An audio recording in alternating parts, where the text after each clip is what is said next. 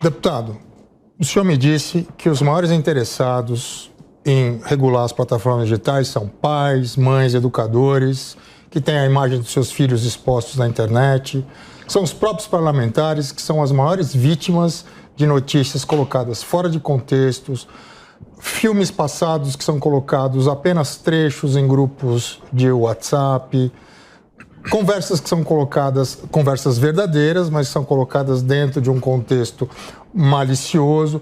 Mesmo assim, existe, como o senhor disse, uma resistência por parte dos parlamentares. Aí eu pergunto, eles estão bem informados de que esse projeto vai proteger a sua dignidade, a sua honra, a honra da sua família?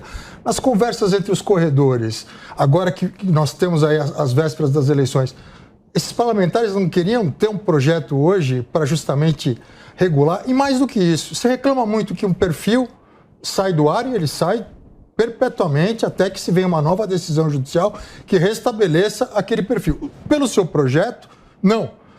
Nós teremos um contraditório, esse perfil pode voltar a qualquer momento novamente para a cena tecnológica, né? O que é muito bom justamente para a propaganda política, restabelecendo a liberdade de expressão. Ou seja, o projeto ele defende muito mais a liberdade de expressão, né, do que a censura. Os parlamentares têm essa consciência, deputado? E por que existe essa resistência toda? Veja, o Congresso Nacional, eu diria assim, particularmente a Câmara dos Deputados, eu diria que tem um desafio de aprofundar certos debates, né? Hoje em dia, a dinâmica da Câmara está muito pautada em regime de urgência e votação de matérias em plenário. Isso acaba sendo um problema. O papel das comissões permanentes acabou sendo esvaziado. Até mesmo a profusão de comissões permanentes. Veja, hoje nós temos 30 comissões permanentes, que me parece mais servir ao arranjo de eleição de uma mesa, de outra mesa, do que de buscar a máxima eficiência do trabalho das comissões permanentes. Isso acaba, de fato, esvaziando um pouco o debate. E a minha sensação é que muitas pessoas fazem uma crítica sem conhecer exatamente. Deve ser publicado nos próximos dias um artigo que escrevi para um importante jornal do Brasil, que eu fui obrigado a responder ao editorial, argumentando que o jornal estava sustentando uma narrativa, porque o núcleo do editorial se ancorava em nada. Ele imputava uma abordagem ao texto que nós debatemos no projeto de 2630 que não existia. E eu fiz o desafio no artigo dizendo assim, aponte qual é o artigo em que isso está presente.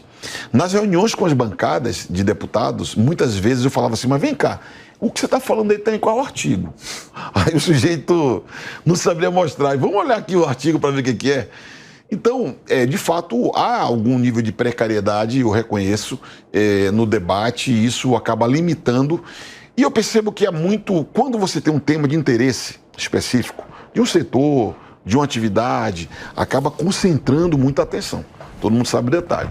Mas quando é um tema assim, é um tema mais árido, né? Tem muito conceito jurídico novo, acaba sendo digamos assim, um debate um pouco mais árido, mais difícil de fazer.